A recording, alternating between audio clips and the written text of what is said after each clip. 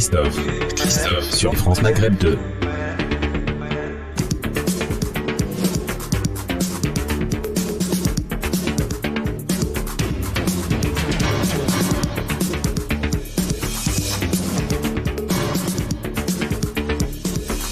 Bonjour à toutes, bonjour à tous, ravi de vous retrouver sur France Maghreb 2. C'est parti pour le LGF en ce lundi 29 novembre. Soyez les bienvenus, ravi de vous retrouver. On est ensemble jusqu'à 18h.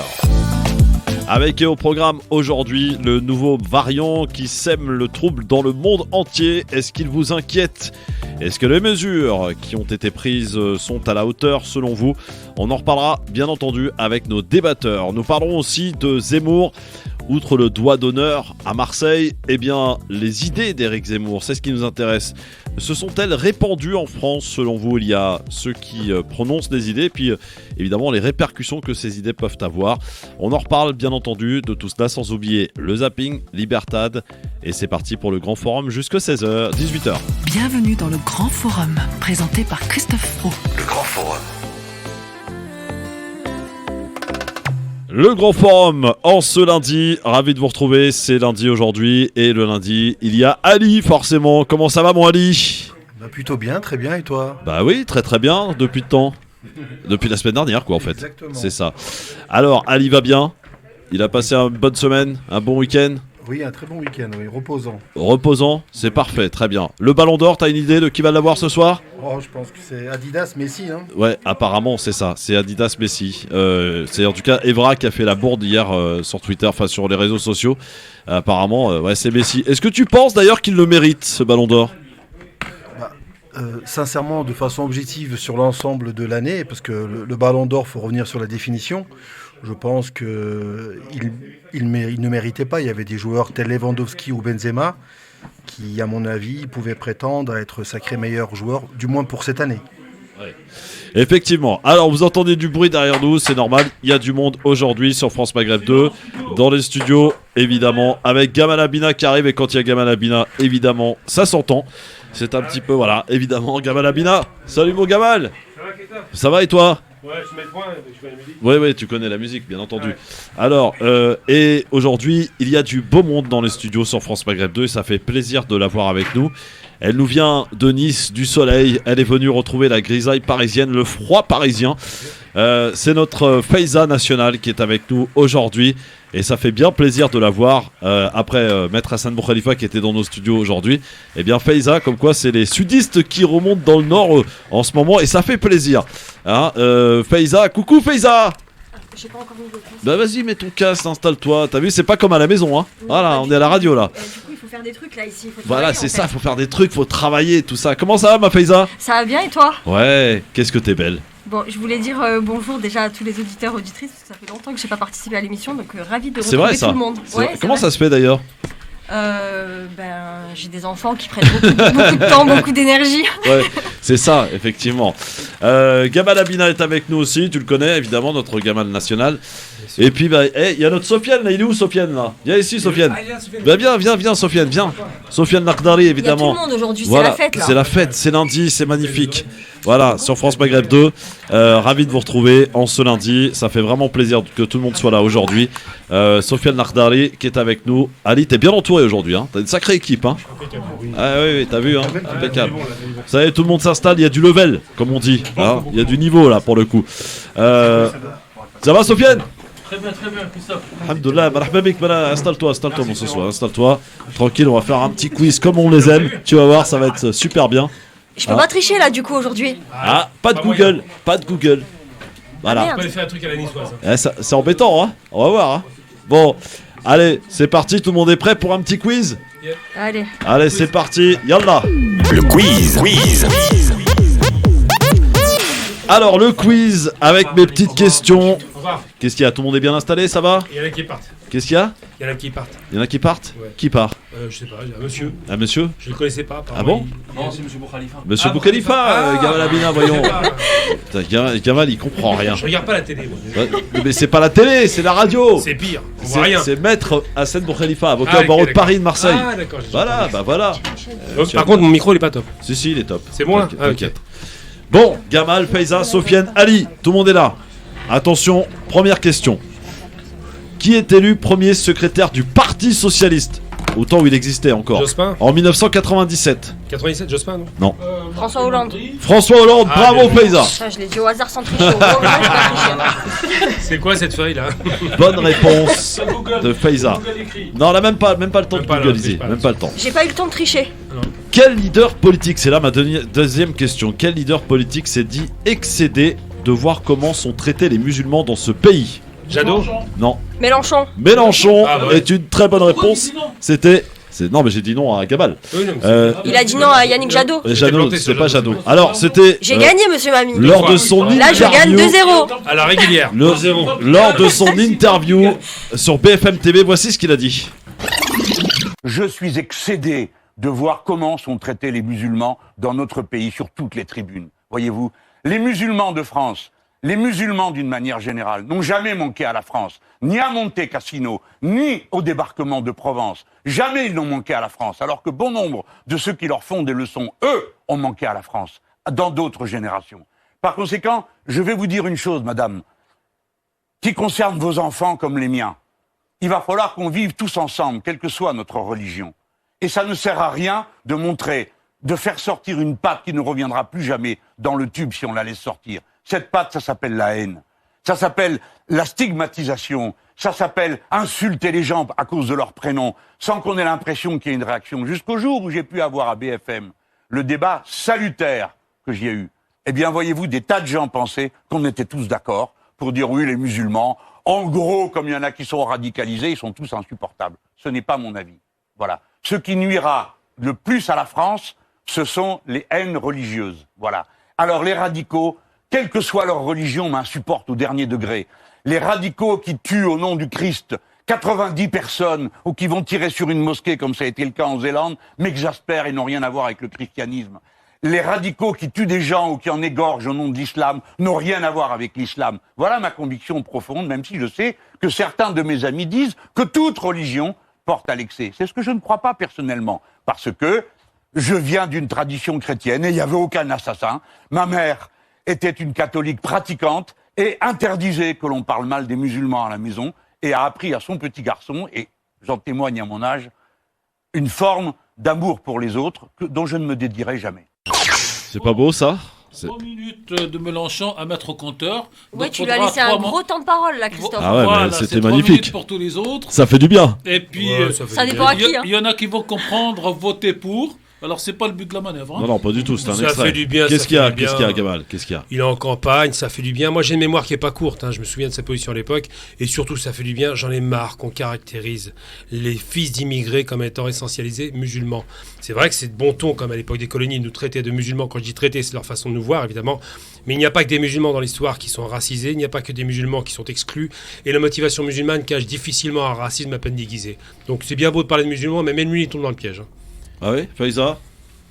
Bah, je suis plutôt d'accord avec son constat, mais après, il ne faut pas être dupe et il ne faut pas oublier les postures qui ont été les siennes à certains moments, notamment en matière d'islamophobie, parce que c'est facile aujourd'hui, au moment où il est peut-être possible pour lui de récupérer justement ce que tout le monde appelle le vote musulman, même si moi je pense qu'il n'existe pas vraiment ce vote musulman, mais c'est facile aujourd'hui d'essayer de le récupérer tout en espérant en tout cas faire oublier les postures qui ont été les siennes et qui consistaient à dire notamment, à qualifier en tout cas le foulard de torchon ou de serpillère, ou je ne sais plus quel mot il avait utilisé. Mais Torchon, pas après, voilà, le fait qu'il veuille récupérer l'électorat, un électorat qui est jeté à la dérive comme ça, c'est peut-être astucieux de sa part ou juste Je opportuniste. pensais que ça venait du profond de lui-même, hein, quand il s'exprimait de la sorte, non? Alors, Je sais l'avantage de. Et je m'en vais. Excusez-moi, bonjour et au revoir. Et l'avantage de Mélenchon, c'est tout ce qu'il dit sur l'instant, il le pense. Ouais. Donc, quand hier il parle de torchon, il le pensait, mais sincèrement. Et quand aujourd'hui il dit donc j'en ai marre de la segmentation, c'est aussi sincèrement. Et donc. Sincèrement, en politique, il faut être un peu sérieux. Non, mais c'est la Il sincérité. ne dit pas ce qu'il pense, il est conseillé et bien conseillé. Quand il joue les gentils devant Zemmour, il ne dit pas ce qu'il pense. On lui a dit calme-toi, la colère face à un colérique, ça ne fonctionne pas. Donc il n'y a pas de pensée dans l'histoire, il y a des tactiques politiques. Ali, qu'est-ce que t'en penses? Pour une fois que quelqu'un essaie d'avoir un discours, il ne faut pas toujours qu'on soit sur la partie politique. Moi, je trouve que c'est bien qu'il puisse dénoncer des choses, tant mieux. C'est quand même un homme politique. Alors, est-ce qu'il pense ce qu'il dit ou est-ce qu'il dit ce qu'il pense? À la limite, sincèrement, au bout d'un moment, ça ne m'intéresse pas forcément.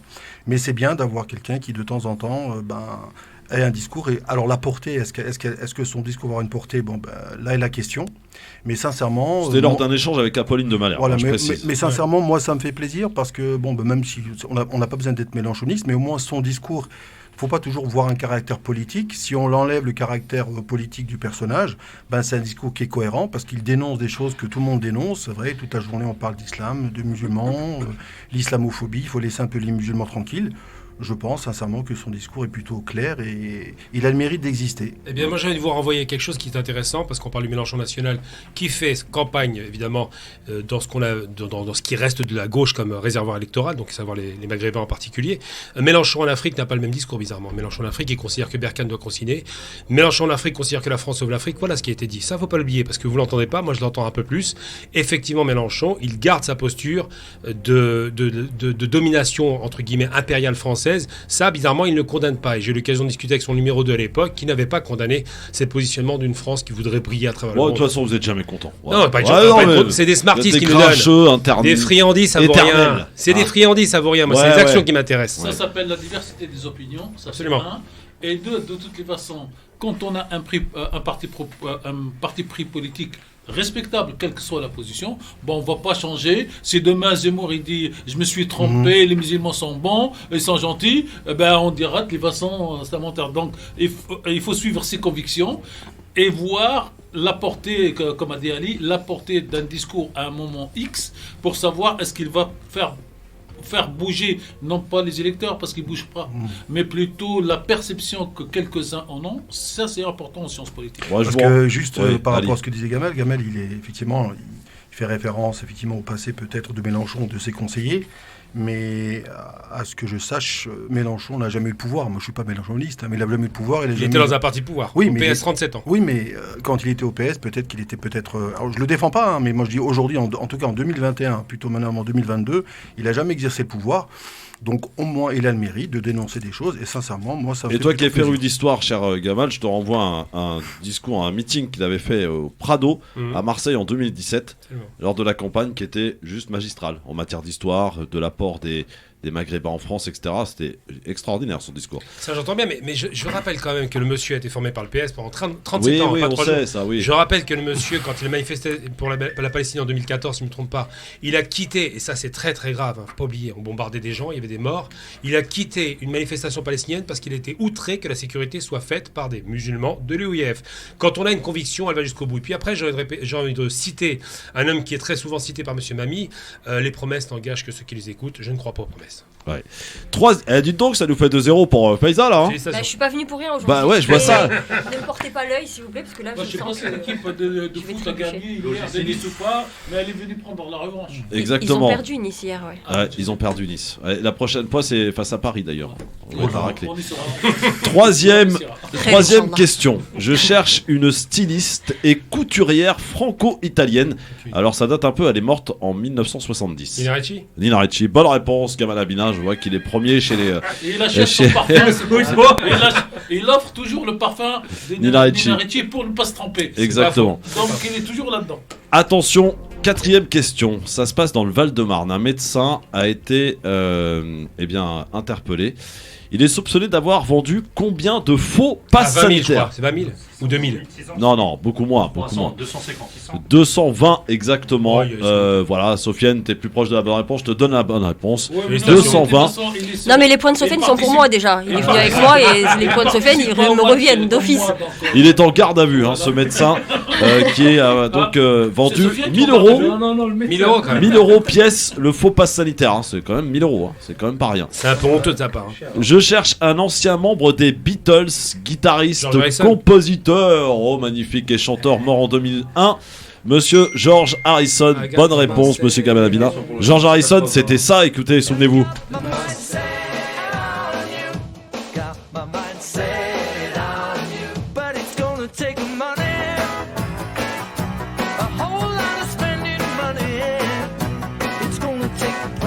George Harrison. Voilà, Gamal, c'est de ton époque, ça. Je kiffe. Bah, il y a que lui qui était né, c'est pour ça qu'il a trouvé la réponse, quoi. Oh, je balance pas les âges. Il y a du monde au-dessus de moi ici. Ah ouais? Ah oui, il y a toi. Ah non, sûrement pas. Non, mais Ah, t'es fou, toi. Christophe, dis ton véritable âge. Non, mais t'es fou, toi. Qui a les cheveux blancs? Peut-être, mais non, je peux te dire que l'âge, non, ça c'est clair. Je rigole. Attention, je cherche un homme politique français. Déjà, ça commence bien. Ministre et également président. Il est né en 1932. Chirac, bonne réponse. Il est mort, vous en souvenez, le 26 septembre 2019. Jacques Chirac. Non, Chirac. Ouais. Absolument. Dernière question. Attention, lors d'une visite à Marseille, qui a échangé un doigt d'honneur? Zemmour. Zemmour. Tous les trois. Oh, c'était facile. Oh, ça va. Ça va. Pas la peine de... C'était facile. Alors, là-dessus, c'est intéressant de voir que notre ami Bouriaki, que vous connaissez, a regardé l'image et il se trouve que la dame, a vérifié, hein, la dame qui s'est approchée de la voiture de Zemmour a levé l'index et non pas le majeur. Ah ouais. Hein, et on dit que l'index, c'est pas la même chose. Ça a vérifié. L'index, c'est la shahada, non? Mais je Je suis certain. je sais pas. En tout cas, par contre, lui a bien répondu avec le majeur, avec le Qui fait terme. lui un gamin et un mineur. Non, Oui. mais Qui en peut fait, vérifier, là? l'index, en général, c'est qu'on s'adresse à quelqu'un pour lui dire ce qu'on pense. Oui, Ouais, on et est elle lui a dit surtout casse-toi. comment- Voilà, elle lui dit casse-toi. Voilà. Et là, si Alors elle ça... peut y rajouter pauvre con, hein, comme l'avait fait Sarkozy. Ah non, Non, Chirac. et ça, Non, si ça Sarkozy. se- Ah oui, c'est Sarkozy. Et si ça se confirme, ça prouvera encore, j'allais dire, le manque, comment dire, l'action dans l'émotion du moment de ce type qui n'est pas capable de laisser de la Mais il a distance. tué définitivement sa campagne, là, Ouais, pour c'est le fini, coup. maintenant. Voilà. Ouais, c'est fini. Bien Cher sûr. Christophe, vous savez, la fameuse phrase espèce de con a été dite 2 fois dans l'histoire de France. La première fois à De Gaulle, la deuxième fois à Chirac. Et De Gaulle, contre quelqu'un qui est très grand, il entend cette phrase, il lève la main, il leur dit c'est tout un programme, tout ça. Et puis, voilà. Et C'est ouais. ça la différence entre. Et Chirac disait- non, mais il répond pas Chirac. Si, il dit enchanté, moi c'est Jacques Chirac. Voilà. Et imaginez donc le général de Gaulle en train de lever le doigt parce que quelqu'un n'est pas content. Ouais, c'est ça. Je suis pas fan de De Gaulle non plus, mais il avait plus de classe. Bon, victoire de notre paysan national. Voilà, c'est comme ça. Bravo, bravo Merci paysan. bien. Je devrais revenir plus souvent. Avec l'aide de. Mais tu m'as donné le point de Sofiane aussi. Voilà, c'est Bah ça, oui, je t'ai voilà. donné tous les C'est points. ça. Non, non, tous les points. elle a gagné avec la manière, elle a gagné toute seule. J'ai Exact. gagné avec mes points, mais avec Sofiane, je vous ai mis une double rouge Voilà, en fait. c'est vrai. Ouais, voilà. la raclée. Voilà. La telha. Voilà. Eh, ya Rabbi, le chien. Voilà, ça c'est la sentence, ça. Par contre, c'est le, tu vois. Bon, voilà. Il est gentil, il n'y a pas de problème. T'inquiète Viens pas. là, viens. Dans un instant, on est de retour sur France Maghreb 2. On va parler de. Alors, comment s'appelle ce variant? Il est très difficile à retenir. Omicron. Monsieur Micron. Micron. Omicron. À pas Omicron. confondre avec Pardon. Macron. Attention, Non, non. attention. Omicron. Oula. Macron, pas C'est Macron. très connu. Non, c'est pas Macron, c'est Micron. Est-ce que ce variant qui sème le trouble, hein, ça y est, l'OMS dit Blabla. qu'il est inquiet. Aujourd'hui, Véran nous dit que ça y est, ça va arriver chez nous. Bah, d'ailleurs, il y a 8 cas qui sont apparemment scrutés. Est-ce qu'il vous inquiète? Il sème le trouble en tout cas dans tout le monde. Des pays ont choisi de refermer d'ores et déjà. Israël a fermé. Le Maroc a fermé avec quelques pays. Et puis on sait l'Afrique aussi, l'Afrique du Sud. Alors ils se retrouvent complètement isolés puisqu'a priori ce variant viendrait de là-bas. On en reparle dans un instant avec vous au 01 40 33 9000 avec Faiza Ben Mohamed qui est avec nous, avec Ali, avec Gamal Abina et notre Sofiane Nagdari qui est jamais très loin. Tout de suite. Soso.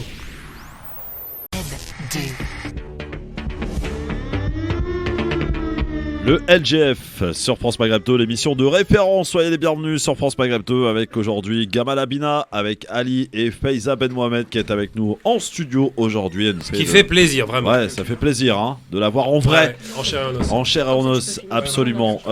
Faiza, Merci. notre niçoise préférée. Mais qu'est-ce que tu vas faire à Paris? Il fait froid à Paris, Faiza. Écoute, j'ai un tournage d'une émission en Ah bon ligne ce soir. Ouais. Et puis, il y avait vous à voir aussi, non? Ah bah c'est Ah, clair, sympa. ouais. Tu vas tourner où? On peut le dire ou pas? Dans le 20e. Non, c'est une émission en ligne, c'est pour Parole d'honneur. Ah, par là. Ah. C'est hygiène, quoi. Très bien. Parole d'honneur, on connaît bien. Oui, oui, oui. Ouais, il y aura peut-être Louisa Yousfi, non? Je sais pas si elle sera là. En tout cas, Auria Boutelja, je Ah, crois. Julia, Oui. forcément. Oui, Ria, En tu tout la cas, connais bien, 21h, Gamal. 23h sur Twitch. C'est bien. Sur bien Twitch. sûr. Ah ouais, ça cartonne ça Twitch hein. Ouais, pardon. J'ai Ouais, il jamais paraît, je vois plein de jeunes là qui commencent à se lancer là-dessus. Faudrait que je regarde un petit peu Ouais, ce ouais. qu'on T'es sur pourrait y TikTok, développer. Faiza? Non, j'ai pas TikTok, je suis encore. Tu sais, ça y est, je suis vieille. Hein. Je suis sûr Wow. qu'Abdel Nour il a TikTok. Oui, Ouais. il Ah. fait des grosses danses dessus et tout. Ah ouais, c'est incroyable. Hein. Bon, ça va mon Ali? Tout va bien ? Bon, très bien. Alors, on va parler de ce nouveau variant qui est apparu à nous il y a quelques jours maintenant. Omicron, alors pour ceux qui connaissent un peu l'alphabet grec, vous n'allez pas être déconcertés pour le coup. Alors il sème la panique visiblement, on nous dit que évidemment ce variant est très dangereux, l'OMS alerte sur une contagion assez rapide. Le problème c'est qu'on est en pleine 3e dose, Gamal Abina, et le problème c'est que Pfizer et Moderna nous disent qu'il faudra au moins 6 à 8 semaines avant que l'on puisse peut-être mettre la dose nécessaire pour faire face à ce variant. Donc est-ce que c'est utile d'aller faire la 3e dose maintenant ? Peut-être pas, hein, Gamal. Totalement inutile. Ouais. D'abord parce qu'on a dit tout et n'importe quoi sur la 3e dose. Vous regardez le ministère de la Santé, hein, ils sont très précis. La 3e dose, c'est pour des gens... C'est très ciblé pour des gens qui ont des comorbidités ou qui côtoient des gens qui ont des comorbidités ou qui sont dans les métiers médicaux. Bref. Ensuite, la 3e dose ne veut rien dire aujourd'hui. On n'a même pas le recul sur la 2e dose. On ne sait même pas des 7 millions de Français qui officiellement ont contracté la maladie et pour autant, ils ont été vaccinés alors qu'une étude anglaise de Science, le magazine scientifique sérieux, a prouvé qu'on était immunisé de fait dès qu'on a contracté la maladie puisqu'on a le véritable virus qu'on a reconnu. Donc cette 3e dose, c'est une façon de se rassurer sans doute. C'est une façon de faire pression sur ceux qui n'ont pas été vaccinés du tout. Il ne faut jamais oublier que c'est ceux-là qui sont ciblés. Et cette histoire de Micron qui arrive, ou Omicron, vous choisissez la terminologie que vous voulez. Cette histoire d'Omicron qui arrive d'Afrique du Sud, bon, ça rend bien service à ceux qui ont besoin de faire un coup de pression sur la population. Quoi, tu crois pas ? J'y crois. Des variants, il y en a partout et tout le temps. Ça fait 2 ans que ça dure. Mais là, on va en donner un qui vient de très loin. C'est toujours très loin, vous avez remarqué. Hein. C'est jamais à proximité.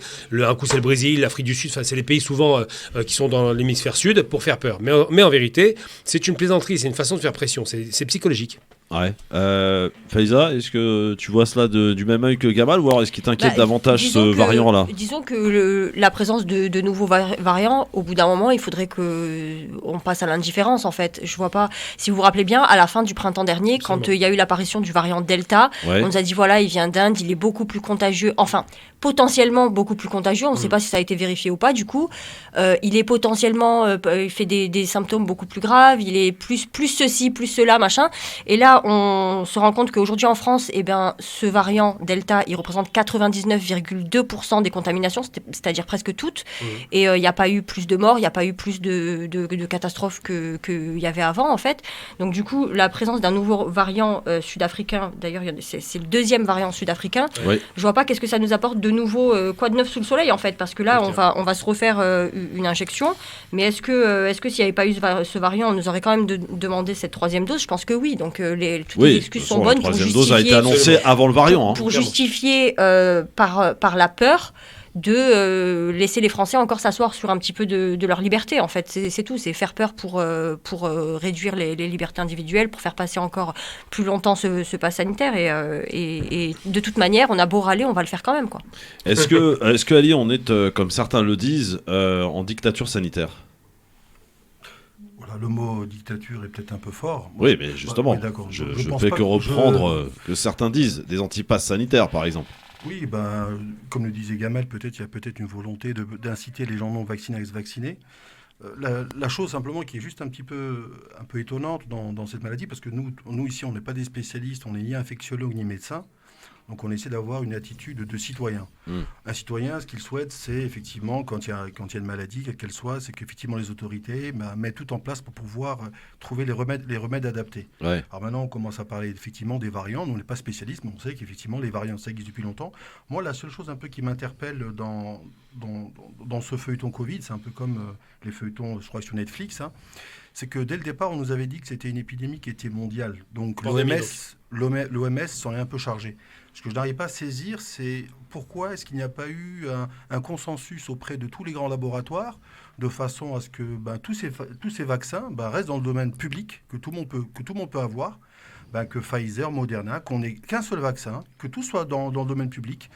Et qu'aujourd'hui, on voit que Pfizer garde son brevet, Moderna garde son brevet, les Chinois ont leur vaccin. Alors d'un côté, on nous dit que c'est très dangereux parce que ça fait peur, et d'un autre côté, on ne veut visiblement pas que ça guérisse. Parce que quand on veut que les choses avancent ou trouver un vaccin, normalement, on doit plutôt unir tous les laboratoires, ça paraît plutôt cohérent, plutôt que chacun fait cavalier seul. Je trouve étonnant, je ne vais pas être méchant avec toi, Ali, parce que j'aime beaucoup. Je suis étonnant que Ali, qui a été formé en école de commerce, découvre aujourd'hui l'ultralibéralisme, le capitalisme et l'appât du gain des rapaces que sont les laboratoires. Ils ne sont pas là pour autre chose que faire de l'argent. Ensuite, comment tu voudrais que le monde entier, des pays très antagonistes comme l'Iran, par exemple, la Chine, la Russie, les États-Unis et l'Europe, se mettent d'accord sur un vaccin unique? Ça, c'est une chimère. Alors, je te fais la remarque parce que je viens d'avoir l'information il y a quelques jours. On nous dit qu'il y a à peu près 143 doses pour à peu près une centaine de personnes dans les pays européens. Là, je parle du Pfizer. Et on nous parle de 7 à 8 doses pour 100 habitants dans les pays dits pauvres. Donc je pense qu'il y a quand même plutôt un équilibre, parce que pourquoi on ne va pas s'occuper d'aller vacciner les gens où on nous parle de l'Afrique du Sud, d'un variant qui arrive ailleurs. Donc je pense qu'il y a des décisions rationnelles et irrationnelles. Moi j'ai l'impression qu'aujourd'hui tout le monde est perdu, je crois que sincèrement tout le monde est perdu, et le citoyen est perdu, et après on arrive dans ce que disait auparavant notre grande niçoise, qu'effectivement on peut parler effectivement de privation de liberté. C'est vrai qu'elle est grande, hein. T'as raison. Je ne l'avais pas si grande d'ailleurs. Notre privation de liberté, parce que c'est vrai que là on rentre un peu dans ce que moi j'appelle le marketing de la peur, parce que les gens, quand ils parlent, ce qui est affolant dans ce traitement de cette maladie, c'est qu'il n'y a pas des gens qui passent à la télévision qui peuvent avouer qu'ils se sont trompés ou qu'ils ignorent. Moi, je préfère quelqu'un qui me dit « je ne sais pas, je me suis trompé », plutôt que quelqu'un qui navigue à vue. Je peux être méchant, là ? Oui, vas-y. Il y en a un qui devrait le dire, je me suis trompé, ça fait 2 ans qu'il nous balade, c'est un type qui est à Marseille avec un CHU, un IHU, qui n'arrêtait pas de vendre tout un tas de miracles qui ne sont jamais arrivés, et qui aujourd'hui ne dit pas qu'il s'est trompé alors qu'il s'est trompé. Tout le monde a peur, je suis d'accord avec toi, il y a beaucoup de navigation à vue, mais les laboratoires ne perdent pas de vue leur portefeuille. Je ne vais pas être l'avocat du monsieur dont tu parles à Marseille. Didier Raoult. Mais à ce que je sache, monsieur Didier Raoult ne nous a fait aucune recommandation, et aucune recommandation n'a été suivie. Bien joué.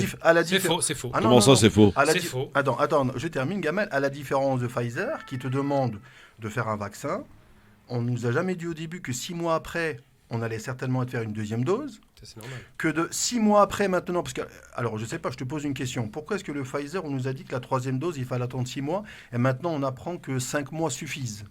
Alors, c'est simple, c'est parce que là, on est en train d'anticiper. Non, je le dis, c'est simplement. Je vais répondre d'abord à la première partie de ta question. Oui, Raoult a fait des recommandations. Il a commencé par dire qu'il n'y aurait pas de virus. Il va partir très vite. Après, il y a un virus. Après, prenez l'hydroxychloroquine, ça marche super bien. C'est ça la recommandation de Raoult. Je rappelle que les États-Unis sont tombés dans le panneau, 4000 morts par jour. Ça, c'est des faits. C'est pas l'omerta française qui est contre lui. C'est les États-Unis avec un Trump qui était à fond sur l'hydroxychloroquine. Je rappelle tout de même que l'hydroxychloroquine appartient à un laboratoire français. Laboratoire français qui, étrangement, on le connaît tous, n'a pas développé de vaccin pour le pays de Pasteur. C'est très surprenant. Par contre, ça, il en a vendu. Il est toujours propriétaire à 100% de cette fameuse molécule. Ensuite, je rappelle, et pour finir, et c'est pas inintéressant, que ce super champion des publications qui s'appelle Raoult, qui s'était autoproclamé génie scientifique, n'a qu'une seule source pour dire que c'est un génie, et qu'il a prétendu avoir publié, écoutez bien le chiffre, il est faramineux, 3850 publications en un an. Vous connaissez beaucoup de chercheurs qui soient capables de valider 6 publications en moyenne par jour, ça n'existe pas. Mais pour être plus sérieux, là où tu as raison de soulever une attention importante, c'est pourquoi ces laboratoires ne vous disent pas la vérité. C'est parce qu'ils naviguent à vue, c'est une chose. Si, les Rayman, ils te font des albums par semaine, un album par semaine. Qui? Les Rayman, à Oran, ils te font un album par semaine. Ah, parce que c'est des génies. Bah ouais. Mais on parle pas des génies, ils sont hors normes. Regarde le foot. Mais plus sérieusement, s'ils ne le font pas, c'est parce qu'ils n'ont pas de perspective, ils ne savent pas ce qui se passe, parce qu'il y a des évolutions rapides, parce qu'il y a partout, évidemment, c'est du baratin, le variant sud-africain, c'est pour mettre ça sur la tête des Sud-Africains, mais il y en a partout des variants. Et ils ne savent pas comment naviguer. Et c'est vrai que là où il y a un abus, et là je reviens, je te rejoins totalement, c'est le fait de faire des recommandations pour nous pousser de force à la vaccination, sans le dire. C'est une situation très forte. Pour vendre des produits, Pfizer fait beaucoup d'argent grâce à ça, et il se trouve que là où le marché est déréglé, ils interdisent les vaccins chinois, russes, qui fonctionnent, qui ont fait leurs preuves. Russe, c'est de l'ARN messager, il faut le savoir, les gens ne savent pas. Ils interdisent même le vaccin égyptien qui vient d'arriver, il faut savoir que tout le monde fait son vaccin maintenant, mais ils ont décidé de privatiser la vaccination uniquement sur 2 laboratoires, un européen, un américain. Ça s'appelle du trust. Alors, il y a des pays quand même qui sont inquiets, qui ont fermé, à l'image du Maroc et d'Israël, par exemple. Tiens, bizarrement, ils se retrouvent ensemble, les deux. Il n'y a pas que exactement. Oui, mais en particulier, c'est eux qui ont annoncé la fermeture, notamment avec la France pour le Maroc. Depuis hier soir, il n'y a plus d'avion entre la France et le Maroc. Quelle panique. Ils ont raison, le Maroc, de se protéger justement de les ce gens parlent, variant. ça vous a intéressé, ça? Ouais. Alors, je vais vous faire rire. En Algérie, j'étais mort de Je rire. sens la bagarre arriver là. Non, pas du tout. Non. Au contraire, vous allez rire. Je me rapproche du micro. Vas-y, rapproche-toi, paysan. Vous allez rire. En Algérie, ils ont appelé ce fameux masque, ils l'appellent la bavette. Moi, je crois que c'est une blague, hein, mais c'est sérieux. Je vais au Maroc, ils disent tous la bavette. Mais il faut savoir une chose importante, c'est que le Maroc, évidemment, comme tout le monde a menti, c'est normal. Hein, l'Algérie a menti sur ses chiffres, le Maroc aussi. Mais surtout, au Maroc, personne ne porte le masque. C'est une décoration. Les vieux le portent, oui, c'est vrai. J'étais à Tanger. J'ai pas fait tout le Maroc. Hein. Mais personne ne porte le masque. Vous prenez un taxi, pas de masque. Hein. Vous prenez un ascenseur, pas de masque. Vous allez au centre commercial, c'est le festival des sans masques. C'est-à-dire que les recommandations qui sont imposées là-bas sont pas du tout suivies. Il n'y a pas du tout de discipline comme en Algérie. Donc c'est pour ça qu'il n'y a pas de concurrence. On a un vrai problème parce que la prévention de la maladie là-bas, elle n'est pas prise au sérieux. Et c'est où qu'on rigole, en fait? Parce que tu nous as promis de rigoler. La bavette. C'est quoi la bavette, ça va okay. Pas la bavette. La bavette, je préfère la manger, moi. Oui. Les saignantes, s'il vous plaît. D'Aloyo. Ouais, s'il vous plaît. Donc il n'y a pas de recommandation. Et quand ils ferment les frontières, c'est pas parce qu'ils ont peur de ce qui se passe en France. La France a bien géré la maladie, il y a quasiment plus de morts. C'est pour d'autres raisons que c'est plus politique, c'est parce qu'il y a effectivement le pass sanitaire. Une peur. C'est ce que nous disent Véran et Macron. Oui, heureusement qu'il y a eu le pass sanitaire. Moi, Christophe, oui, ce que je me pose comme question, c'est sur quel barème, en vérité, on parle de danger imminent. C'est quoi? C'est qu'il y a une mutation du virus, ça c'était évident.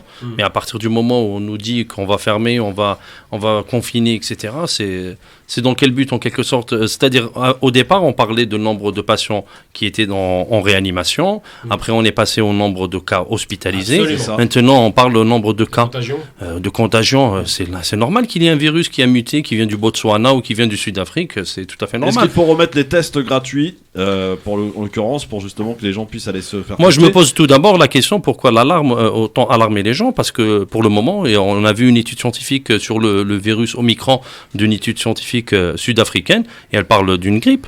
Il n'y a pas de cas grave ou autre chose. On a vu en Israël tout récemment, même pour les gens qui sont doublement, triplement vaccinés. Israël ils ont été referment. Qui referment pour les étrangers, pas pour les Israéliens. Oui, bien sûr. Voilà, qui referment, mais en même temps, elle a vacciné à un taux très élevé. Elle a vacciné même les enfants de 5 ans à 12 ans. Et on a des cas, c'est tout à fait normal. On y arrive en 2022. Attends, écoute, moi j'aimerais que le professionnel nous parle. Alors, juste moi, surtout qu'il y a 6 000 lits qui ont été fermés depuis le début du Covid. Bon, Sofiane, ne bougez pas. Ne bougez pas, les amis. Sofiane, oui, il nous intéresse parce qu'il est professionnel. Professionnel en la matière. On est de retour dans un instant sur France Maghreb 2. Il n'y a pas eu de bagarre pour l'instant, Paysa pour l'instant. À tout de suite. J'ai pas parlé encore. Le Grand Forum, merci d'être avec nous. L'émission de référence sur France Maghreb 2 tous les jours du lundi au vendredi de 16h à 18h avec une belle équipe aujourd'hui. Si on m'avait dit ce matin qu'il y aurait Faiza dans mon studio, j'aurais dit quoi? Vous êtes des fous quoi. Et bah si elle est là, notre Faiza nationale, Faiza Ben Mohamed, Ali, Gaman Abila et Sofiane Lakhdari qui est avec nous évidemment. Et on parle justement de ce variant qui fait beaucoup réagir. Vous avez remarqué d'ailleurs qu'on ne parlait plus du tout du Covid, hein. On a l'impression que ça avait complètement disparu. Et puis là, soudainement c'est réapparu. Et alors là c'est la catastrophe évidemment internationale. Qu'est-ce que vous cassez le matériel là? Nabil, fais quelque chose, ils sont en train de tout casser. Non, il y a des branchés. Oui, bah oui, ça c'est Nabil, voilà, DJ Nabil, le DJ de tous les Nabil. Alors, je disais, le Covid avait disparu, puis il est soudainement réapparu avec ce nouveau variant venant d'Afrique du Sud, Omicron, donc qui est apparu et qui est, selon l'OMS, extrêmement inquiétant. Tout le monde nous alerte sur ce variant qui est présent et qui a été détecté en Belgique, en Allemagne, en Italie, aussi 8 cas suspects en France, et puis bien évidemment il y en a un petit peu partout dans le monde, donc il sème le trouble, ce fameux variant. Sofiane, qu'est-ce qu'on peut dire de ce variant? Est-ce qu'on connaît quelque chose? Parce que quand on entend les spécialistes s'exprimer à la télé, ils nous disent bah finalement on sait rien. Moi, on n'a pas assez d'éléments, mais par contre, moi, ce qui m'interpelle en premier, c'est pourquoi on est en train de jouer sur la peur, alors que les paramètres qu'on a utilisés au préalable ne sont plus les mêmes.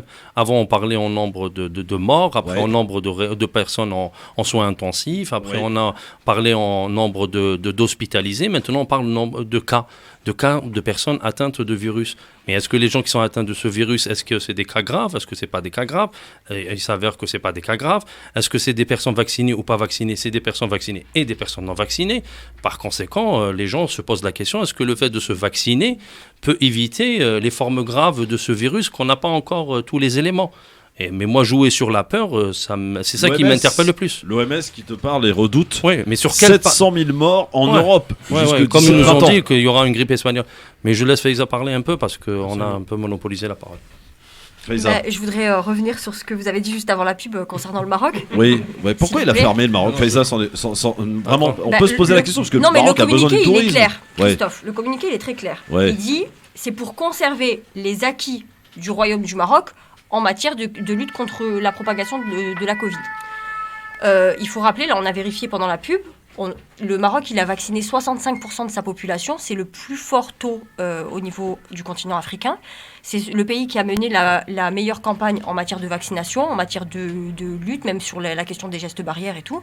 C'est normal qu'avec la présence d'un nouveau variant dont pour l'instant on ne sait rien, que le Maroc aujourd'hui veuille se protéger et protéger tous les efforts, déjà les sommes faramineuses qui ont été mises dans cette campagne.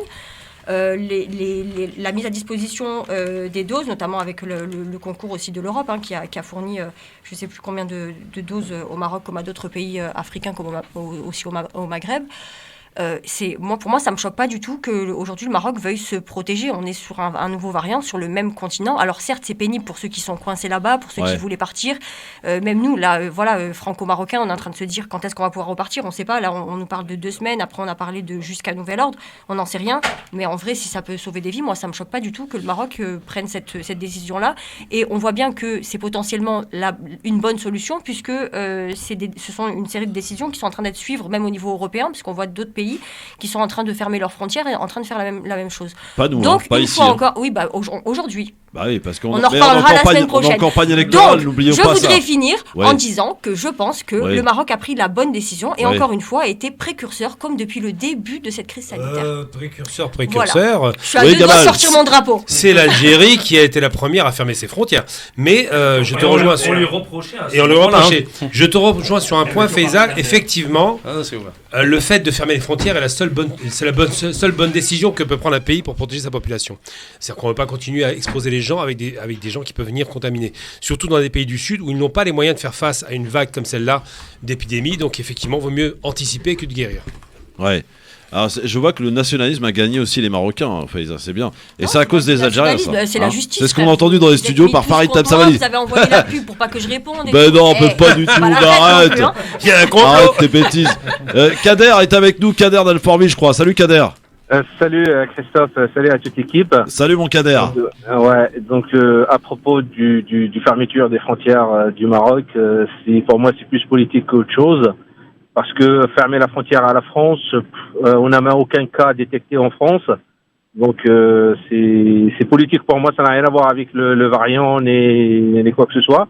Et ma deuxième chose, en fait, j'ai entendu au Maroc, en fait, quand on prend rendez-vous pour se faire vacciner, c'est sur le système COVAX, si je me trompe pas. C'est quoi le système COVAX ? Oui, au niveau africain, oui.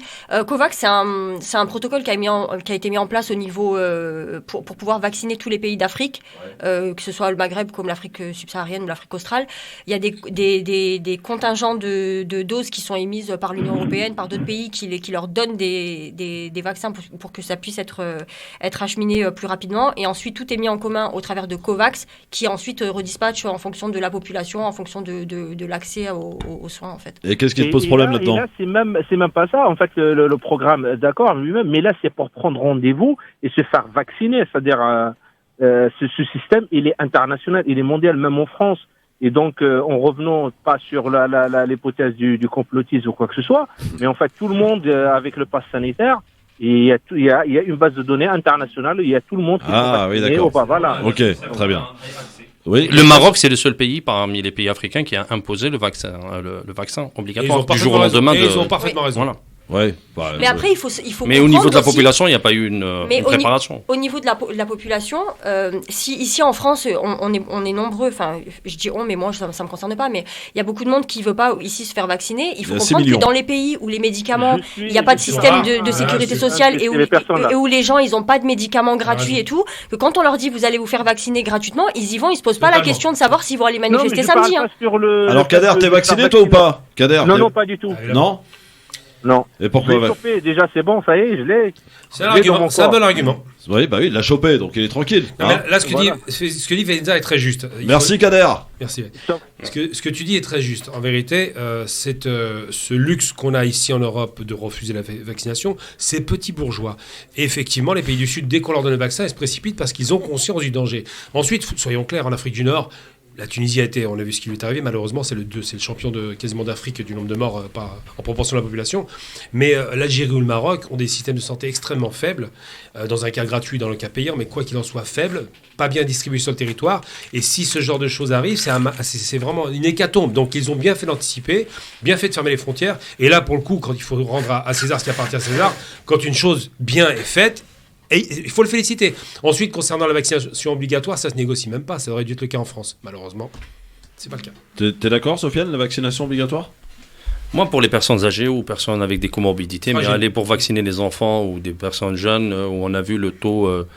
voilà. Maintenant, le rapport bénéfice-risque, il faudrait voir combien on a eu d'effets secondaires. Moi, je n'ai pas vu d'études bien précises ou bien sérieuses. On a vu le tout et son contraire, et ce qui laisse encore de troubles concernant ce vaccin ou la vaccination ou pas.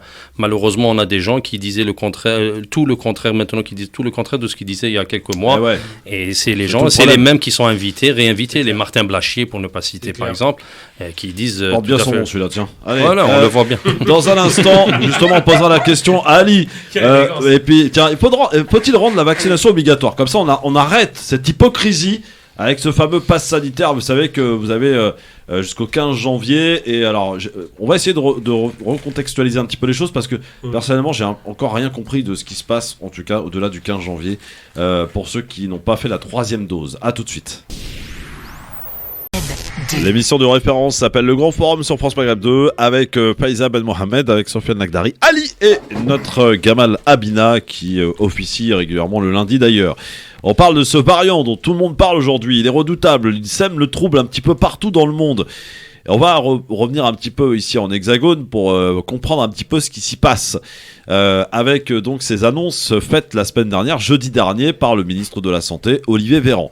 Alors, d'abord, on avait entendu par le président de la République qu'à compter du 15 décembre, pour les personnes âgées de plus de 65 ans, il faudrait faire la 3e dose pour continuer d'avoir son fameux pass sanitaire. Ça, c'est acté. Pour le coup, et pour le reste de la population, pour ceux et ceux âgés de plus de 18 ans, on est d'accord, c'est jusqu'au 15 janvier. Sauf que, si vous arrivez au 15 janvier et que vous n'êtes pas encore dans le délai qui est prescrit, à savoir entre 5 et 7 mois pour se faire vacciner de la 3e dose, vous pouvez être tranquille. Sauf que maintenant, quand vous commencez à regarder les rendez-vous sur les plateformes en ligne, il n'y a plus rien. Il n'y a plus de disponibilité avant le mois de janvier, justement. Donc pour le coup, voilà. C'est un petit peu ce que moi j'ai compris. Si vous avez compris la même chose, tant mieux. Mais finalement, dans toutes ces informations, et ils le disent clairement, d'ailleurs Castaner lundi, hier, en interview, il a dit tout est fait pour contraindre les non-vaccinés à se faire vacciner. Pourquoi, alors Ali, pourquoi on ne va pas directement vers la vaccination obligatoire ? Ça sera beaucoup plus clair, beaucoup moins hypocrite que ce que l'on fait aujourd'hui. Certains pays vont emboîter le pas. On parle de l'Autriche qui va rendre obligatoire à partir du mois de février. Absolument. Ouais. Donc effectivement, en France, tout est fait pour inciter, puisque dans les mesures, on nous annonce que le PCR n'est plus valable que 24 heures. À partir d'aujourd'hui. Moi, ce que je n'arrive pas à saisir toujours, moi je ne suis pas spécialiste, je ne suis pas médecin, mais je pense qu'il y a des décisions qui sont scientifiques, médicales, puis il y a des décisions politiques. Donc j'ai l'impression que ce dont on est en train de parler depuis avant, c'est que de politique et pas de médical, puisque dans le médical, on voit qu'on navigue à vue totalement. Donc la 3e dose est plus politique que sanitaire ? Écoute, oui, moi médicalement et scientifiquement, si tu veux, j'ai du mal. Moi, je pense pas que les gens, je poserai même la question à Gamal, moi je pense pas que les gens veulent être malades, les gens veulent se retrouver à l'hôpital ou les gens veulent décéder. Donc je connais pas des gens qui quelque part disent moi à la limite le variant ne me fait pas peur, le virus ne me fait pas peur. Je pense que les gens, on en a parlé la semaine dernière, c'est un problème de confiance. Le discours aujourd'hui il est plus du tout cohérent, il est plus du tout audible et les gens sont un peu perdus. Et c'est vrai quand on parle de 3e dose, Christophe, on parle déjà d'une 4e dose en Israël. Donc j'ai l'impression que c'est plus qu'un abonnement Netflix. Et les enfants, les enfants et aussi. On parle même des enfants. Quand tu as des décisions qui sont d'ordre médical, lorsque tu vas voir ton médecin généraliste. Et moi, c'est un peu le reproche que je fais à ce gouvernement, c'est qu'on aurait dû peut-être laisser la place un peu au médecin généraliste qui connaît connaît chaque... Spécialiste, pas généraliste. Non, le généraliste. Non, généraliste. Ah, si, généraliste. Ben, le généraliste connaît tous ses patients, Bien sûr. d'accord, tous ses patients, et il est capable lui-même de pouvoir même faire ce travail de convaincre ses patients en disant, ben, écoutez, je vous connais monsieur, bon, vous avez un historique chez moi, ben, peut-être aller vous faire vacciner, c'est vrai que c'est important. Ben, vous monsieur, voilà. Et je pense que ce travail de généraliste, or, qu'est-ce qu'on a vu à la télévision? On a vu que des spécialistes de l'apocalypse, des mecs en réanimation qui étaient en train de nous faire croire que tout le monde était mort, c'était une vraie catastrophe. Et paradoxalement, ce qui est quand même paradoxe dans ce gouvernement, alors qu'est-ce qu'on fait? Est-ce qu'on adapte notre politique en fonction de nos moyens sanitaires ou en fonction de la maladie? Finalement, on se rend compte qu'on n'adapte pas en fonction de la maladie, mais plutôt en fonction des moyens, puisque Sofiane le soulignait, et j'en ai parlé la semaine dernière, on voit que le nombre de lits va en décroissance. Donc, comment tu m'expliques qu'il y a un variant qui est dangereux, qui est susceptible de fermer le pays, et paradoxalement, tu ne mets pas une politique sanitaire, médicale en place. L'argument, c'est toujours de dire, il faut du temps, Moi, je regrette quand tu es en état de guerre, comme l'a dit le président au tout début, ben, tu mobilises tous les moyens aussi. Je ne défends pas l'Algérie, mais je trouve que la posture, et je rejoins ce que disait Gamal, je défends la politique, qui disait au départ, ben, ils se rendaient compte que leur système médical, il n'était pas du tout adapté, pour ne pas dire peut-être inexistant. Ben, ils ont dit, nous, en février 2020, allez, on ferme tout. Voilà, c'est radical. C'est une mesure qui est radicale, certes. On lui a reproché. Mais sincèrement, avec du recul, ben on voit que malheureusement, la décision algérienne a été benchmarkée puisque tous les autres pays derrière ont suivi, ont emboîté le pas. Voilà. Ali, pour aller dans ton sens, en Algérie, ils ont choisi de fermer la frontière extérieure et de laisser l'intérieur ouvert. C'est-à-dire une économie, vu qu'elle est basée sur l'informel.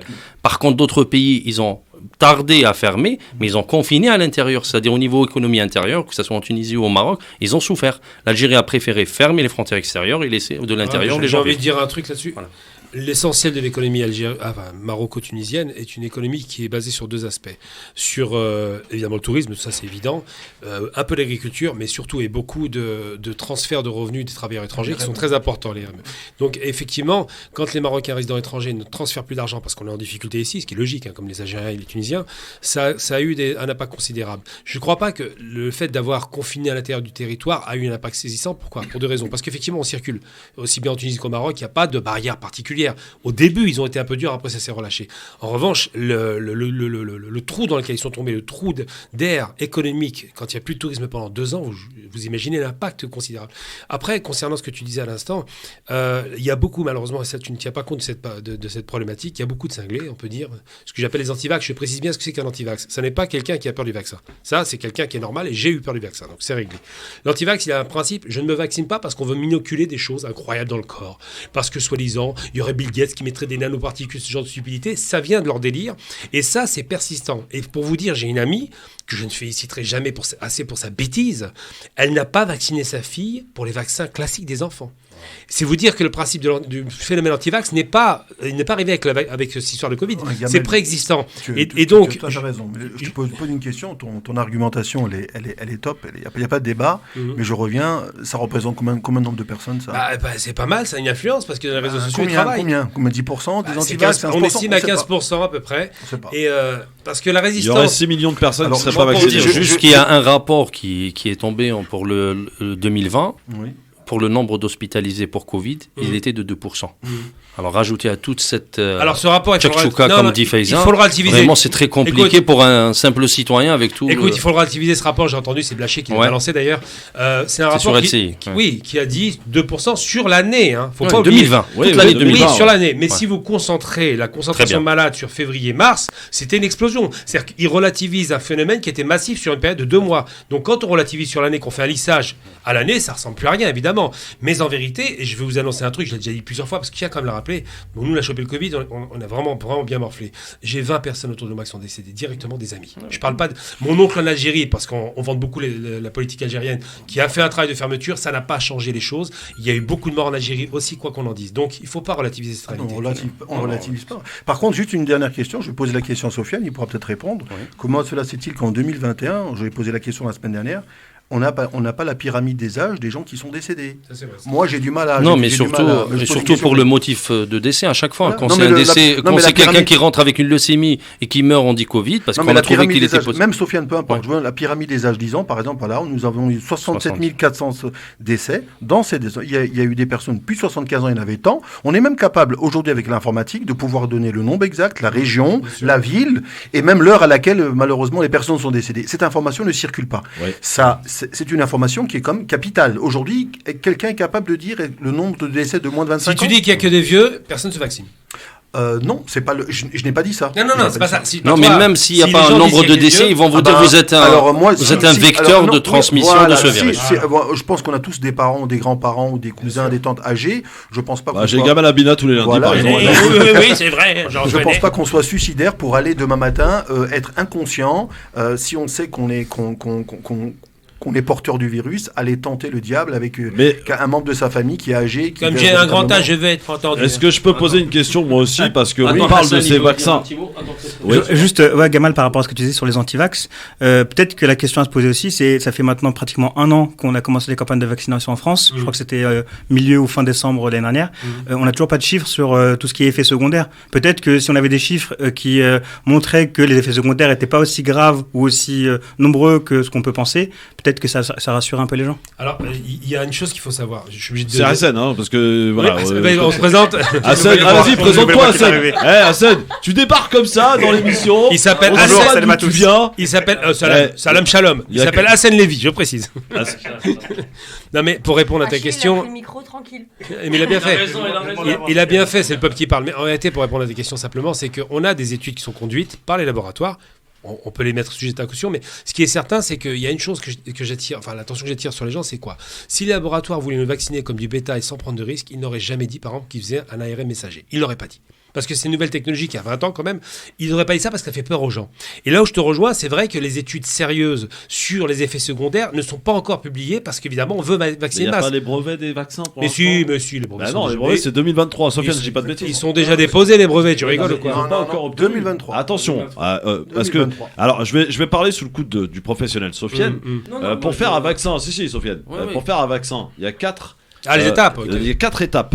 Mais Et ce on qui est passé de l'étape 2 à l'étape 4 en ignorant l'étape 3. Non, c'est faux ça. Quoi, c'est faux? Mais arrête C'est de dire faux. n'importe quoi. Ce sont Mais des non, gens- on ce l'a sont fait- des spécialistes. Mais c'est des des guignols qui ont avocats. dit ça. Mais ça c'est fait- pas des guignols. Mais tu parles de Divisio, il faut qu'il Non, arrête. pas Divisio. Parce que si je c'est un parle de avocat. Maître Maghrebi qui t'explique dans un rapport qu'elle a co-signé avec plein d'avocats, Ouais. justement, où elle t'explique justement ce qui s'est passé, le processus et de ces vaccins qui n'ont pas encore leur brevet définitif. Sophia, je dis pas de Moi, bêtises. ce qui dérange le plus, c'est que les labos ne sont pas responsables des effets secondaires. C'est C'est ça ça qui qui dérange le dérange. plus de les Voilà. citoyens, c'est que C'est le labo qui contractuel et dit, te, voilà, c'est qui contractuel. t'oblige à te vacciner et qui n'assume pas les effets secondaires Voilà. derrière. On peut pas C'est s'en tourner ça contre lui légalement. Mais par contre, les étapes, elles ont été franchies une à une. Il y a eu tellement de tests massifs avec la population bétail, en l'occurrence, puisqu'il faisait référence à ça, que tous les tests ont été faits de fait. C'est même pas la même. Mais Gamal, t'as changé d'avis toi-même là-dessus. Je te Mais je ne change rappellerai pas- et je te rappellerai, je maintiens mon sortirai ce propos. que tu disais au début. Je le maintiens. Mais non, mais tu. Je maintiens mon propos. Je donnais pas mon bras. Voilà ce que je disais. Ouais, Sauf que voilà. il n'y a pas marqué malade mentale. Je Passons suis un pour pro- Zemmour, passons Zemmour. Je suis un pro- Là, le Omicron, il a pris beaucoup de temps. Non, mais juste pour finir, je suis un professionnel. Ils m'ont poussé à aller me vacciner. Alors je voulais pas le faire, je vous le dis. Hein. J'ai eu le Covid, pourquoi me vacciner? C'est une arnaque, j'y vais quand même. Il y a marqué mouton sur mon front comme tout le monde. Je vais pas rester à la maison sans travailler, c'est logique. Ouais, mais il y a Gamal des gens est un qui ont mouton. peur. Il y a des gens Mais qui la ont peur est peur. légitime. Et ils ont le droit d'avoir peur. Gamal est Oui, un mais Ils la ont peur le de droit la- de ne pas vouloir se faire vacciner. Bah alors, Ou en alors on nous arrête de nous parler de liberté quand on se fout de notre Mais, gueule. c'est pas On nous- liberté. Mais non, il n'y a pas de liberté. Mais non, la liberté, c'est de Donc la protéger. vaccination obligatoire. Attends, alors je terminé. répète ce que je dis tout le temps. Un État fort protège les faibles. La liberté, c'est de protéger les faibles. Moi, ma mère, elle est âgée. Ouais. Quand je rentre à la maison, je lui refile pas le Covid, c'est clair. Ensuite, la liberté, quand je suis dans le bus et que je vois un jeune baisser son masque alors qu'il y a un petit vieux qui tremble en face, je trouve ça insupportable. Il n'y a pas de liberté pour les assassins de la liberté. C'est tout. Faiza, pour conclure. Passons à troisième- Zemmour, hein, écoute. Ah bah très bien. Ah, Ça je me sais que branche. Mais elle va Plus. garder la parole. Moi, je donne mon temps de parole, je te le donne. hein. Voilà, merci bien. Ah bah, tu veux qu'on passe à Zemmour? On va passer à Zemmour. Éric Zemmour, qui devrait d'ailleurs annoncer sa candidature cette semaine. Je vais faire une seule blague. Non, pas de blague. Je peux pas dire zémoroïde, je le dis pas. Non, pas ça. Il devrait annoncer sa candidature, d'après les dernières informations, jeudi. Voilà. Guignol. Il y a un truc avec un rapport avec Napoléon, apparemment, jeudi, le 2 décembre. C'est combien? Non. 2 décembre. 2 décembre. Ouais. Cherche mon gamin. Non, c'était le 9 novembre. Le 5 décembre, il devrait faire son premier meeting au Zénith de Paris. Voilà. D'ailleurs, je connais des gens qui se sont inscrits pour aller voir ce qui s'y passe. Il a fait un espèce de mini tour de France où il a terminé d'ailleurs ce dernier par Marseille, où ça fut très très laborieux. Il a essayé de faire un bain de foule dans le quartier du Panier que je connais très bien à Marseille. Il n'a rencontré personne, si ce n'est des gens qui lui étaient hostiles. Et ensuite, en allant vers la gare Saint-Charles pour reprendre son TGV, pour repartir d'où il venait, eh bien, il y a une dame qui s'est avancée près de la voiture et qui lui a fait un geste avec l'index et non pas le majeur, et en lui disant « casse-toi d'ici. Ici, à Marseille, t'es pas le bienvenu ». Ce à quoi a répondu Zemmour, avec le majeur en l'occurrence, le doigt d'honneur, en lui disant « bien profond ». Voilà un petit peu le caractère de l'homme. Moi, ce qui m'intéresse, et j'aimerais qu'on évoque ensemble aujourd'hui, Faiza, c'est qu'il y a Zemmour, effectivement, avec tous ses travers et toutes ces polémiques qu'il a lui seul créées. Est-ce que l'idéologie que prône Zemmour, est-ce qu'elle s'est répandue en France? Parce que on voit qu'il est très vite monté dans les sondages. Bon là, il descend. Mais est-ce que finalement, en France, on peut dire qu'il y a quand même pas mal de gens qui se réfèrent à ce que pense Zemmour et que ses propos aient du crédit, Faiza? Est-ce que ça, c'est pas plus inquiétant finalement que l'homme en tant que tel? Bah oui, clairement, il faut comprendre une chose, et je pense que tout le monde le voit depuis plusieurs semaines, voire plusieurs mois, c'est que les propos outranciers d'Éric Zemmour, ses postures, qu'elles soient racistes ou pas d'ailleurs, qu'il s'agisse de la question d'immigration, de la question de l'islam, vu que c'est principalement sur ces sujets-là qu'il s'exprime, et les questions sécuritaires, ça trouve indéniablement un écho dans l'esprit des Français. Il faut rappeler qu'au tout début, quand il a été question de se dire, bon, peut-être qu'il va se présenter, il était donné à 1, 2%, allez, 3% vraiment pour le meilleur des sondages. Il est monté jusqu'à 15% la semaine dernière. Bon, là, il commence un petit peu à descendre, mais... Il était même donné au second tour dans quelques sondages à un moment. Bah après, on est encore à 5-6 mois de l'élection. Tout est possible, hein, il peut encore... Même avec ce doigt d'honneur, est-ce qu'il n'a pas définitivement... Mais il n'est même pas candidat, c'est ça qui me tue. On est en train de parler de lui. Mais en fait, c'est là que je voulais en venir, c'est que ce monsieur, il n'est pas candidat pour l'instant. Il a l'écho médiatique bien supérieur à celui d'un vrai candidat. Il y a des gens qui sont candidats déclarés et qui, à ce jour, n'ont... quasiment zéro invitation médiatique. Je pense notamment à Anas Kazib. Qui doit venir chez nous d'ailleurs. Qui, à part ici, je sais pas qui l'a invité, tu vois. Si, Hanouna pour le défoncer. Oui, mais Hanouna, il n'est pas invité en tant que candidat à la présidentielle. Il est invité parce qu'il y a une polémique sur laquelle il doit venir s'expliquer. Donc très souvent, tu es invité sur le banc des accusés. Donc à prendre avec des pincettes ce type d'invitation. Mais après, Zemmour, pour moi, il n'est rien d'autre qu'une création médiatique. Et on voit bien avec l'épisode du doigt d'honneur, avec aussi là, ce qui a été dévoilé, il a mis vraisemblablement sa conseillère enceinte, alors même qu'il est marié avec une autre dame, et qu'il prône des valeurs un petit peu conservatrices d'un point de vue religieux et tout, parce que c'est quand même un homme de droite, voire très à droite. Il est en contradiction totale dans son mode de vie, dans sa vie privée, avec ce qu'il prône. Et les Français commencent à peine à se poser la question de se dire, est-ce que s'il trahit pas ses principes, est-ce qu'il va pas nous trahir nous-mêmes? Mais en fait, tout ça, on le voit pourquoi? On le voit parce que les médias qui lui ont déroulé le tapis rouge depuis le début de l'été, qui ne parlent que de lui. Il y a eu plus de 15 000 articles de presse qui ont été faits que sur sa personne. Depuis la rentrée, depuis septembre. Non, mais c'est quand même assez délirant comme couverture médiatique, tu vois. Donc tu te dis, en fait, la presse, quand elle a décidé d'élever quelqu'un, quand elle a décidé de le mettre sur un piédestal, d'en faire un futur président, d'en faire le mec qui va axer les thématiques de la campagne présidentielle, parce qu'en fait c'est ça qui se joue, hein. C'est que l'attention des Français, elle est cristallisée sur un certain nombre de sujets qui sont des acquis de l'extrême droite et qui aujourd'hui occupent l'espace politique comme médiatique. Et en fait, quand la presse a décidé de se le faire, en gros, avec la première couverture de Paris Match, où il est à la plage avec Sarah Knafou en train de la prendre dans les bras, soi-disant photo volée ou pas volée, ça c'est un autre débat. À partir de cette date-là, on a décidé de se le faire. Il faut dire la vérité. Je suis loin de moi l'envie de défendre Zemmour, mais à ce moment-là, on s'est dit, bon, on est peut-être un peu allé trop loin, on l'a peut-être un petit peu encensé, on en a peut-être fait un homme présidentiel, un homme acceptable, avec des idées qui sont acceptables, alors même que c'était pas le cas. Je vous rappelle qu'il est un délinquant multirécidiviste et qu'il a été condamné pour des faits d'incitation à la haine raciale. c'est des faits qui sont graves et qui devraient empêcher n'importe quelle personne de pouvoir prétendre à des postes de président, quoi. Tu veux dire que ça s'est banalisé, en fait, les idées qu'il... oui, carrément. Voilà. Carrément. On a banalisé les idées de Zemmour en fait, dans le paysage. Ce que je veux dire, c'est que la presse, quand elle a décidé qu'il était acceptable, il était acceptable. Et quand elle a décidé qu'en fait, on va se le faire, Sarah Knafo va servir d'arme. Et ben là, maintenant, il est plus du tout présidentiable, il est plus du tout acceptable, il fait de dos d'honneur, il fait ci, il fait ça. Vous allez me faire croire qu'il avait rien, il avait fait aucun écart pendant tout le temps d'avant. Attendez, le mec s'est retrouvé au tribunal pour des faits d'incitation à la haine raciale, ça n'a pas choqué la presse. Et là, le dos d'honneur, il choque la presse. Vous vous foutez de qui ? Mais il y a un truc qui est pas... Oui, Gamal.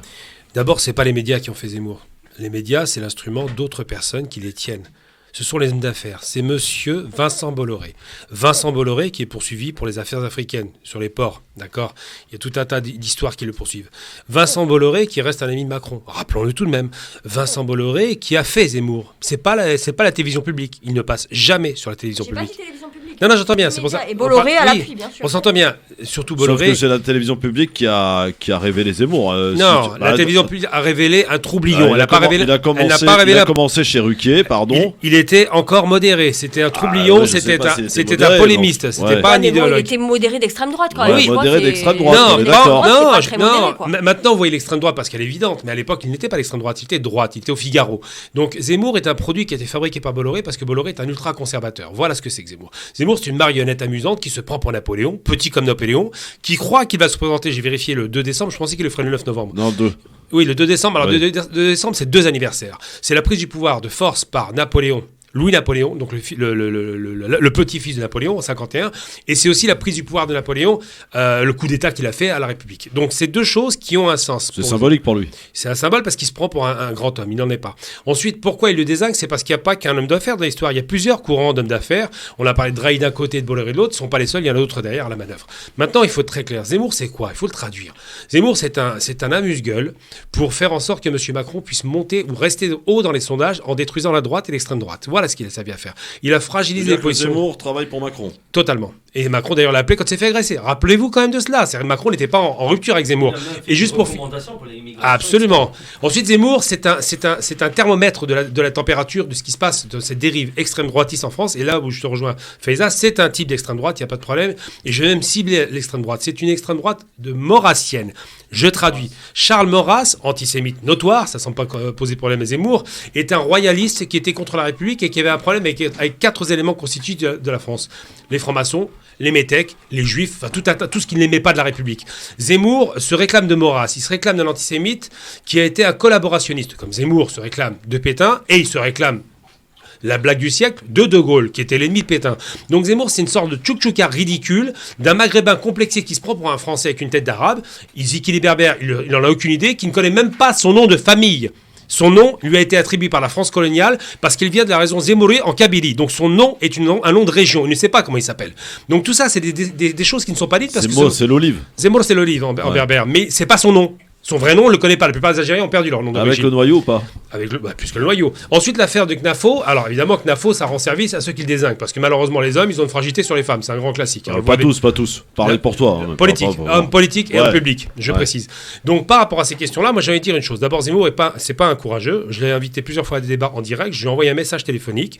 Je l'ai fait sur tous les plateaux possibles, imaginables. Viens quand tu veux, parce que j'ai l'habitude de faire des débats avec des millions de téléspectateurs. Monsieur se dégonfle. Alors, j'ai Knafo en contact. Et il me connaît. Il sait très bien qui je suis. J'étais son ennemi principal par rapport à Soral. Et je vais donner une information que j'ai donnée une fois sur RT. Zemmour était un ami personnel du plus grand antisémite de France qui est Alain Soral. Ils mangeaient tous les midis ensemble au moment où je dézinguais Soral. Zemmour sait très bien à qui l'affaire quand il me parle parce qu'il sait que j'ai dézingué Le Pen. Il n'a pas le courage parce qu'il ne parlera jamais à un maghrébin en face de lui dans les yeux. Parce que moi je dirais à Zemmour qui se prend pour un politicien, il se prend pour un historien, je lui dirais votre niveau politique. Si, il a débattu avec Bellatar, je crois. C'est pas, faut être sérieux. On parle d'un type qui a un peu de cervelle quand même, minimum de culture. Il a pas de Yacine Bellatar. Non, c'est pas les astuces. Yacine Bellatar est un humoriste, ça n'est pas un intellectuel. Yacine Bellatar n'a pas assez lu pour parler avec Zemmour. Zemmour utilise l'histoire pour se moquer des gens. Quand il attaque Bellatar, il attaque sur son point faible. Il n'a pas assez lu, c'est tout, c'est comme ça. Yacine Bellatar n'est pas un type de quartier, je le rappelle quand même. C'est un type qui défend les quartiers, mais il n'est pas de quartier. Et pour finir par rapport à Zemmour, quand vous lui parlez de choses qui font mal. Lui, il vous parle de choses qui l'intéressent. Toi, t'es le Jean Messia de France Maghreb, en fait. Pas du tout. Ah non, Dieu m'en préserve. Tahia Jazair, moi j'ai pas de honte avec mes origines. Ouais. Mais pour être très, très, très sérieux. sérieux. Par rapport à ça, lorsque vous avez un Zemmour en face de vous, il faut que vous maîtrisiez l'histoire parce qu'il la maîtrise. De façon orientée. Oui. Il faut maîtriser l'économie parce qu'il ne maîtrise pas. Alors, Ali, il faut maîtriser le politique parce qu'il ne maîtrise pas. C'est ça qu'il faut faire. Ali, tu nous disais la semaine dernière, pour d'autres sujets, que finalement Zemmour nous rendait service. Oui, il nous rend des services parce que je pense que grâce à ce genre d'énergumène, il nous prend conscience qu'on doit effectivement se mobiliser, s'impliquer. Alors, Zemmour, pourquoi est-ce qu'il marche? Parce que, à la limite, si vous écoutez, à la limite, tu dis pas que c'est Zemmour qui parle. Tout ce qu'il décrit dans un petit peu les quartiers, la France qui a changé de comment dirais-je, de couleur, les quartiers qui ont changé, l'islamisation, ce genre de choses, c'est des discours que malheureusement tout le monde aujourd'hui peut dire. Lui, qu'est-ce qu'il fait? Il s'est accaparé ça, donc, tant mieux pour lui, voilà. Et derrière, à côté, il a fait un peu du Marine Le Pen en version un peu plus étudiée. Et par rapport à ce que tu disais sur le fait que Zemmour, je pense que c'est plus, on lui a plus donné la place. Si moi demain matin ou Gamal on le laisse parler sur des chaînes d'infos, Gamal il va parler de ce qui va le passionner, de l'histoire de l'Algérie. Donc à la limite, tout le monde va connaître l'Algérie grâce à Gamal. Donc lui on l'a laissé parler parce que on parlait avant du droit d'honneur. Moi il y a juste un truc qui me choque et Christophe, tu sais que je m'y attache beaucoup, le traitement de l'information. Ce droit d'honneur là. Le traitement de l'information, ce matin, j'ai écouté un monsieur qui s'appelle Pascal Pro, quelqu'un de super intelligent et de très objectif. Il était en train de défendre, c'était son avocat, et de minimiser l'acte. On est en France, un pays du savoir-vivre, un pays de grande tradition, et que quelqu'un qui prétend faire des références à De Gaulle se permet d'avoir un geste obscène. Si ça avait été Ali... Ou Faiza. Non, à la limite, les dames, on va les épargner. Si ça avait été tu la connais mal, hein. Si ça avait été Ali qui avait commis ou qui avait mis ce doigt-là, je pense qu'effectivement, il aurait fait l'appel en disant, vous avez vu, ces gens-là, ils sont pas éduqués, vous avez vu, ces gens-là, ils sont en France, tatati, tatata. Or, qu'est-ce qu'on fait? On minimise. Et c'est là où c'est très, très dangereux. Par contre, sur les problématiques qu'il met en avant, parce que moi, je suis convaincu, parce qu'on tout est lié à l'économie. Si le pays allait bien, économiquement, Zemmour, personne n'en parle.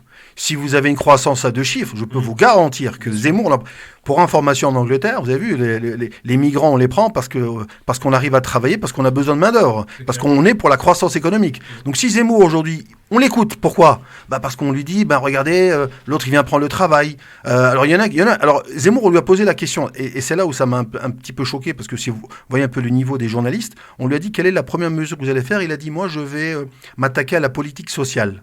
Ça veut dire que lui, il va penser qu'il veut pas dire, il parlait pas des impôts, il disait il faut juste la politique sociale, surtout l'aide médicale et les allocations familiales. Ça veut dire que la 6e puissance mondiale, en supprimant les allocations familiales aux migrants, elle va retrouver un produit intérieur brut qui va exploser, on va retrouver tout ça. Donc tous ces discours-là. Il ne parle pas de l'évasion fiscale. Voilà, et là, ça, tu doutes bien que Gamal te le confirmera. Je pense que là, à mon avis, il ira pas sur ce terrain-là. Donc quelque part, si aujourd'hui on l'écoute, c'est simplement, purement pour des raisons mais sincèrement, purement économique. Si le contexte était positif, je peux vous garantir que Zemmour, pas Zemmour, mais il serait inaudible. Alors, moi, je voulais juste poser une question à Faiza. Est-ce que non, pas dire. Non, mais l'argument de dire, voilà, c'est Trump, c'est le nouveau Trump, la France s'américanise, etc. Est-ce que tu penses que vraiment il va jouer sur ce terrain-là où il veut jouer au politiquement incorrect, en vérité? Parce qu'on a vu l'élection de Trump sur... c'est pas la même chose.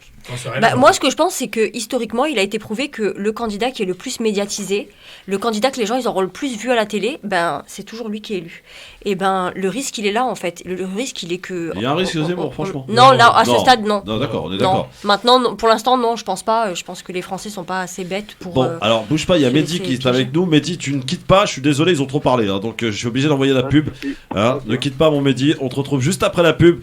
Zemmour, on parle de l'idéologie que propage Éric Zemmour dans l'espace médiatique. Est-ce que ça a de l'impact justement ici en France? On y revient dans un instant, à tout de suite.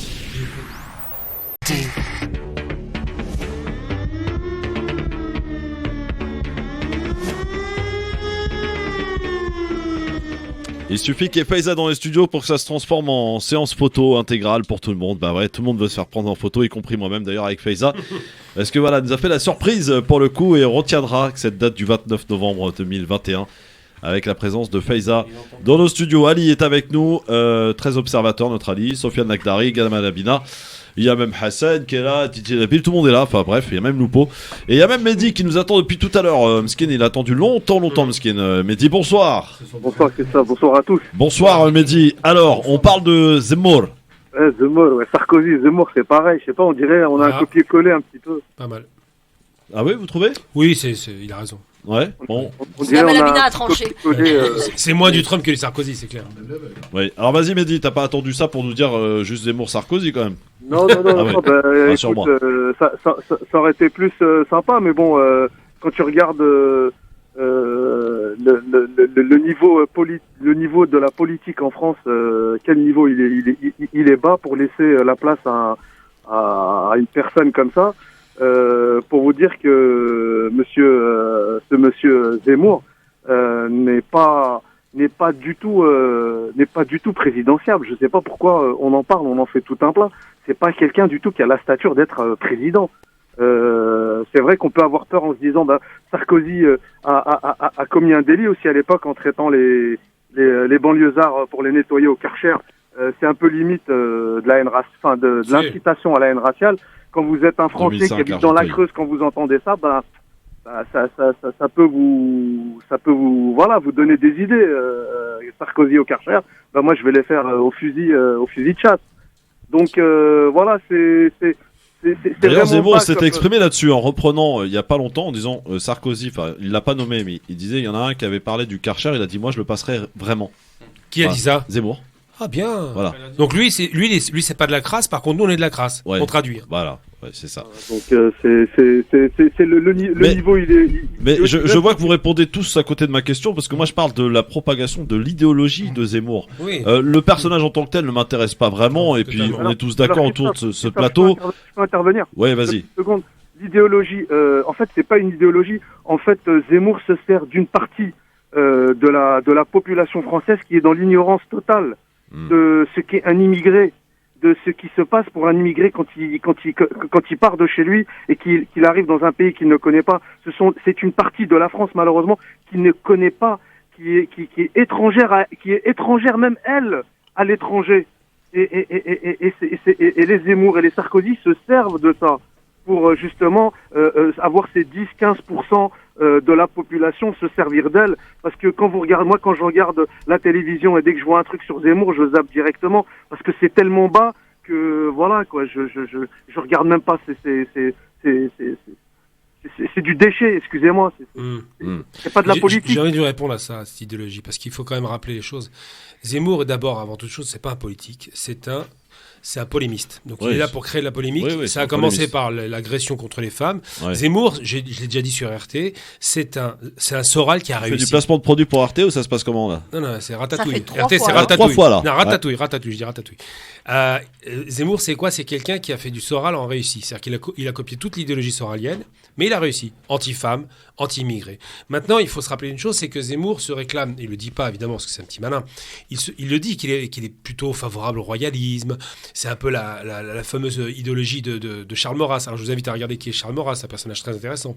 Mais surtout, Zemmour, c'est le culte du conservatisme. L'immigration, c'est un moyen pour taper à bon compte sur les immigrés par rapport aux plus fachos. Mais le reste, c'est de dire la France était grande, je lui redonnerai une puissance. Alors il se prend un peu pour Trump, il n'en a pas la carrure et il lui manque une chose essentielle qu'il ne fera jamais. Alors Trump a eu ce courage. Trump, j'aime pas le personnage, mais il a eu le courage de dire je forcerai les entreprises à rester en Amérique, America First.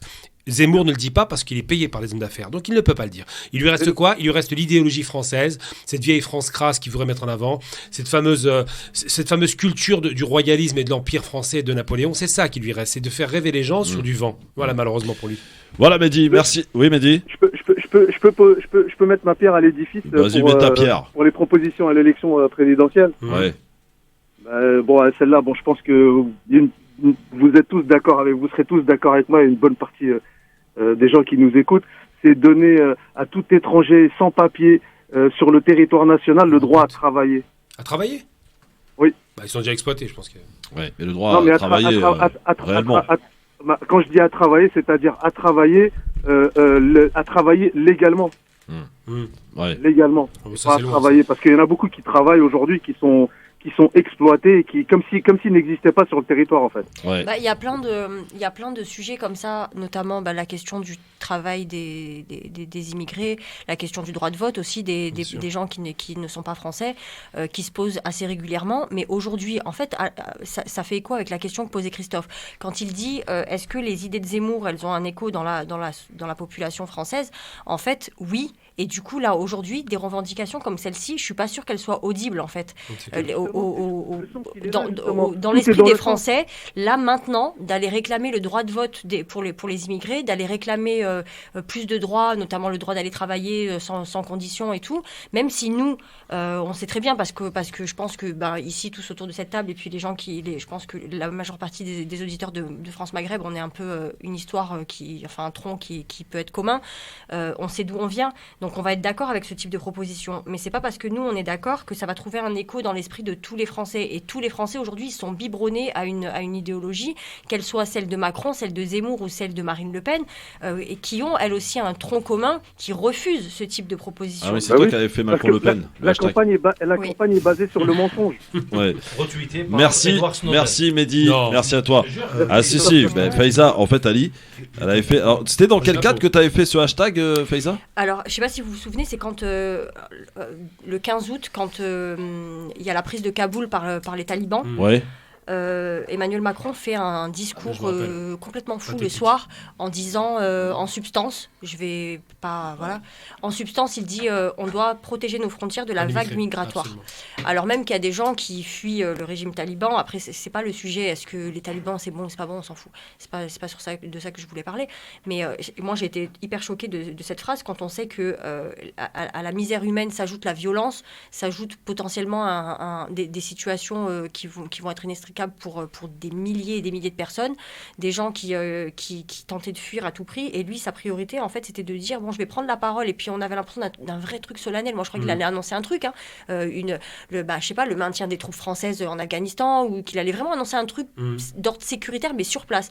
Et le mec, il vient, il te dit il faut absolument qu'on coordonne notre réponse au niveau européen pour lutter contre les vagues migratoires à venir. Qu'est-ce que ça veut dire en fait? C'est ça ta préoccupation à venir faire tout le temps du en même temps en fait, voilà.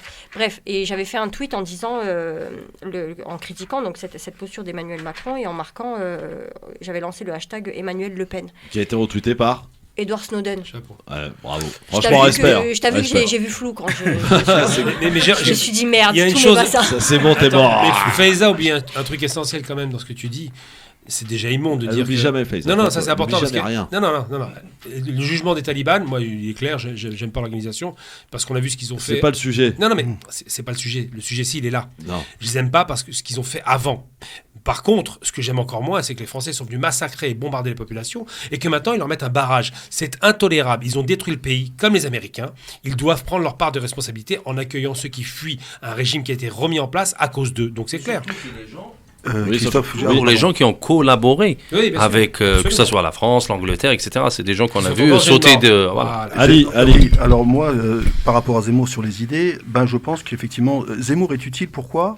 Parce qu'il met en avant toutes les politiques et les échecs des 30 ou des 40 dernières années de la politique française. Quand il parle d'immigration, il faut dire ce qui est, la politique française, c'est un véritable échec. L'islam en France, l'organisation depuis 40 ans, échec total. On voit la formation des jeunes, échec total. L'insécurité, c'est lié à quoi? Même chose, problème économique. Donc Zemmour, quand il parle, qu'est-ce qu'il est en train de mettre en avant? À la différence, tout comme Marine Le Pen. Marine Le Pen qui était là en train de pointer du doigt l'immigré qui prenait le travail du français. Ouais. Zemmour, sincèrement, et je le dis, tout ce qu'il dit, je ne parle pas lorsqu'il pointe il pointe du doigt la communauté musulmane, l'islam et tout, mais sur la problématique, quand il donne une cartographie, que vous le vouliez ou non, il a raison, bien sûr. On peut pas dire... Non, attends, je termine. Attends, tu vois, il faut me laisser terminer. Voilà, tout à fait. Sur le plan, on prend sur le plan économique, mais effectivement, on voit qu'effectivement des erreurs sont faites. Les quartiers, on n'attend pas Zemmour.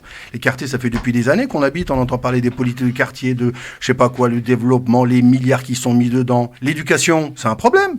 La semaine dernière, le député était là, on n'a pas voulu l'accabler, mais comme je te l'ai dit la semaine dernière, Christophe, le Premier ministre s'est vanté de donner 100 euros à 34 millions de foyers.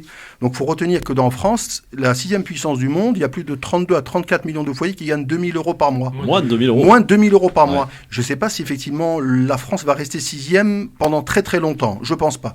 Donc c'est vrai, on insiste, qu'on le veuille ou non, c'est la mutation mondiale, c'est l'économie, c'est la Chine, c'est des pays comme l'Amérique qui se réveillent, qui eux sont sur d'autres problématiques.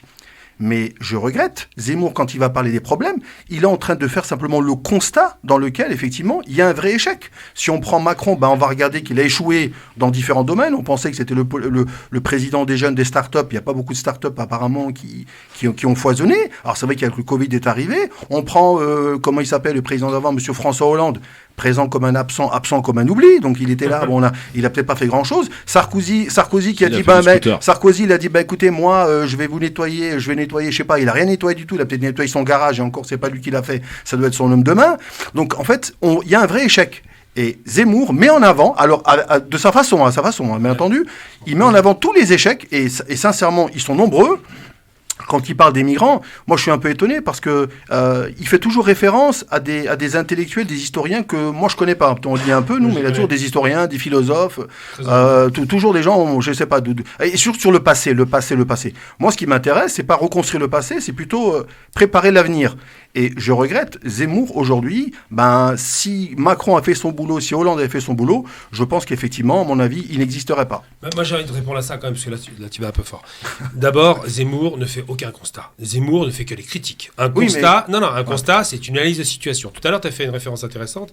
Zemmour arrive sur un terrain qui est catastrophique sur le plan économique, c'est vrai. Zemmour, c'est comme Hitler en moins bon, évidemment, comme d'habitude, parce qu'il n'aura pas le résultat d'Hitler.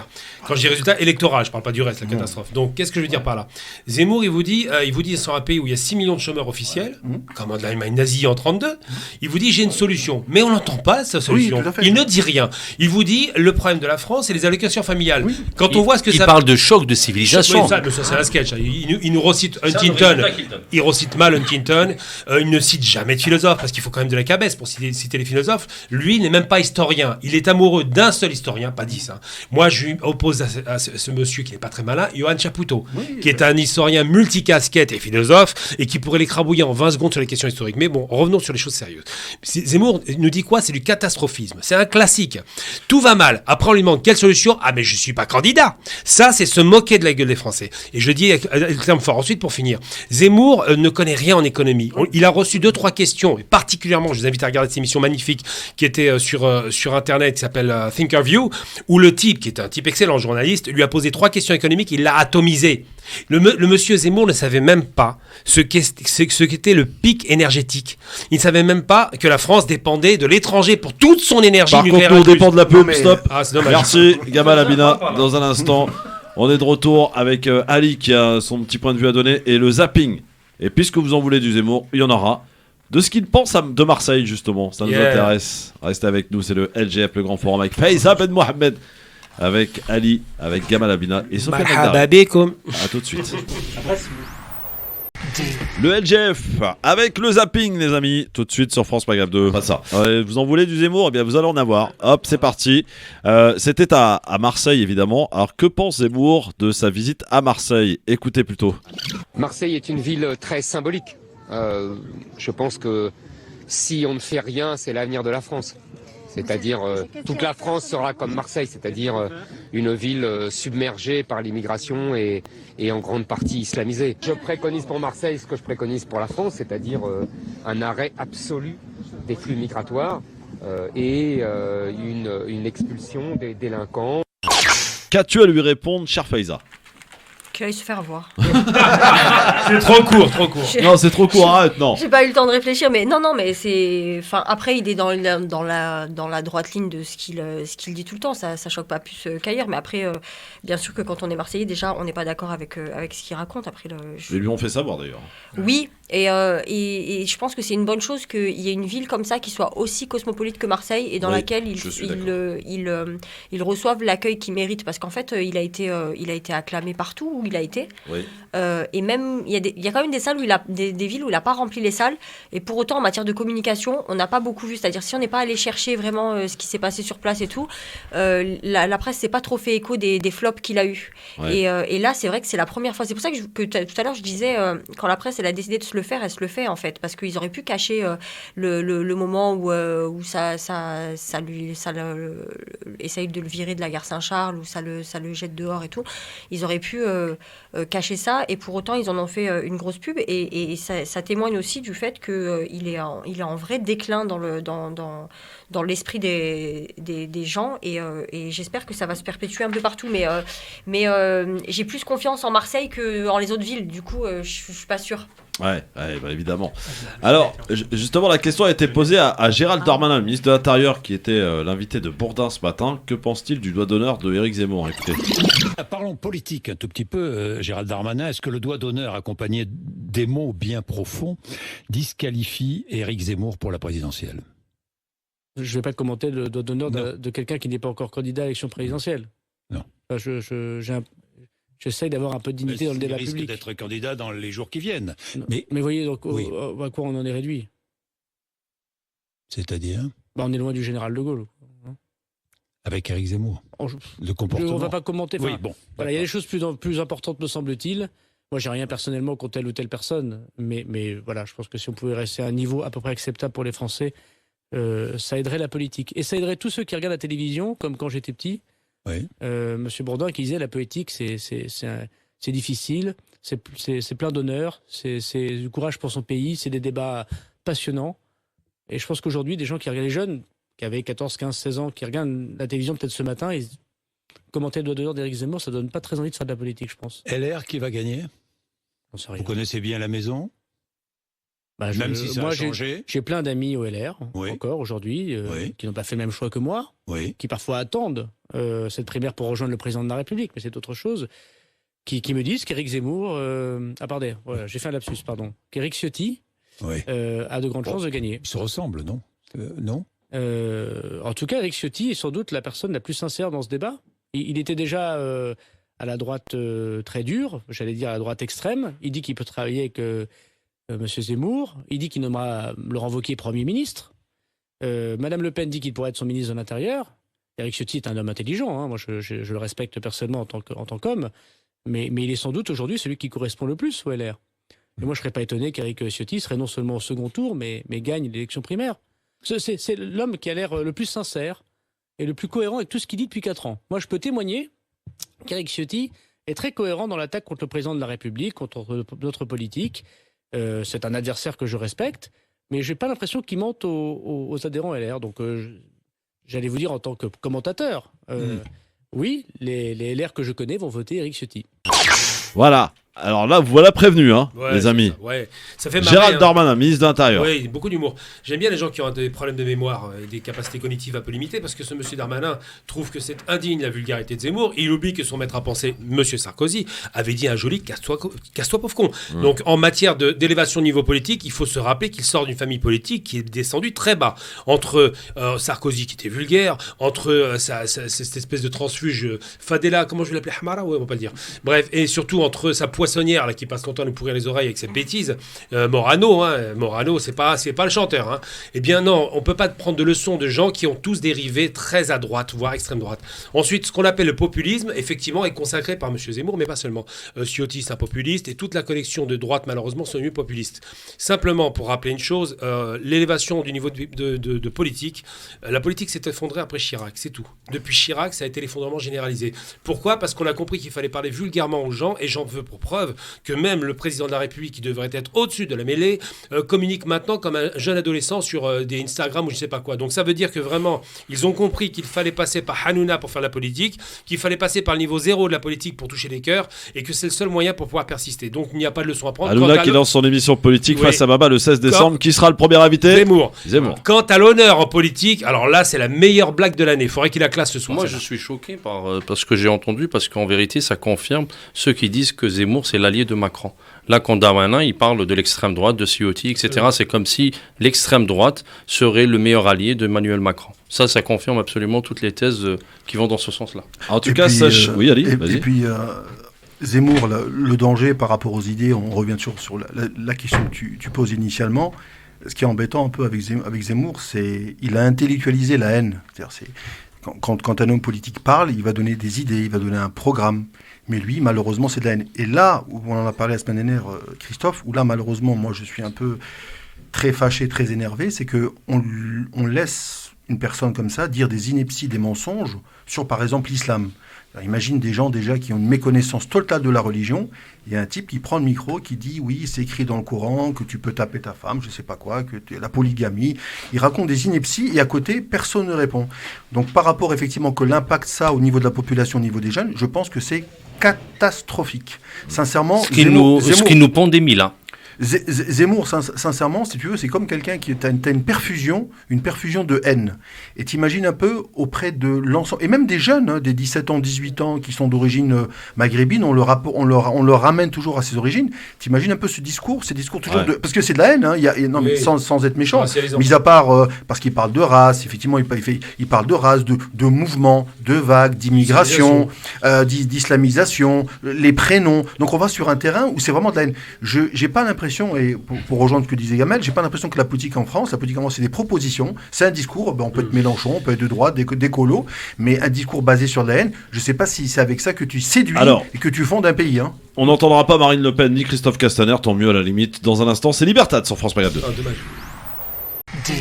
Ah oui, il y a Faiza Ben Mohamed, du coup il y a beaucoup de pubs, forcément, évidemment. Ça, c'est normal, c'est normal. Faiza. C'est un gros poisson. C'est un gros poisson, du coup, beaucoup de pubs, beaucoup d'annonceurs se sont manifestés spontanément pour dire il y a Faiza, donc il y a de l'audience, forcément, évidemment. C'est un gros poisson, non mais je rêve. Un beau poisson, hein. En fait, je savais pas de qui vous parliez, du coup, j'ai compris que c'était un beau poisson, un beau poisson.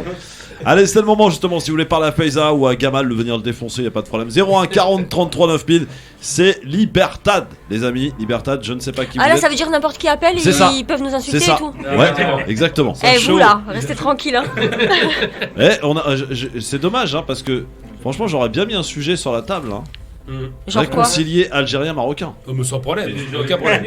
Non, mais on est déjà réconciliés, on n'a pas de s'embrouiller. Non mais justement, moi, je pense qu'il faut vraiment pas tout mélanger. Ouais. C'est des politiques de dirigeants. Ouais. Les populations doivent être à l'écart, être le plus juste possible, mais de se mêler vraiment et comme on est en train de le voir sur les réseaux sociaux, vraiment c'est l'erreur fatale. C'est deux peuples frères. Absolument. Il y a des mariages mixtes, il y a des enfants qui sont issus, d'un côté et de l'autre. Vraiment, il ne faut pas D'ailleurs, c'est faux, on ne doit pas se réconcilier. On n'a même pas. Absolument. On n'a jamais été embrouillé. Voilà, c'est réglé.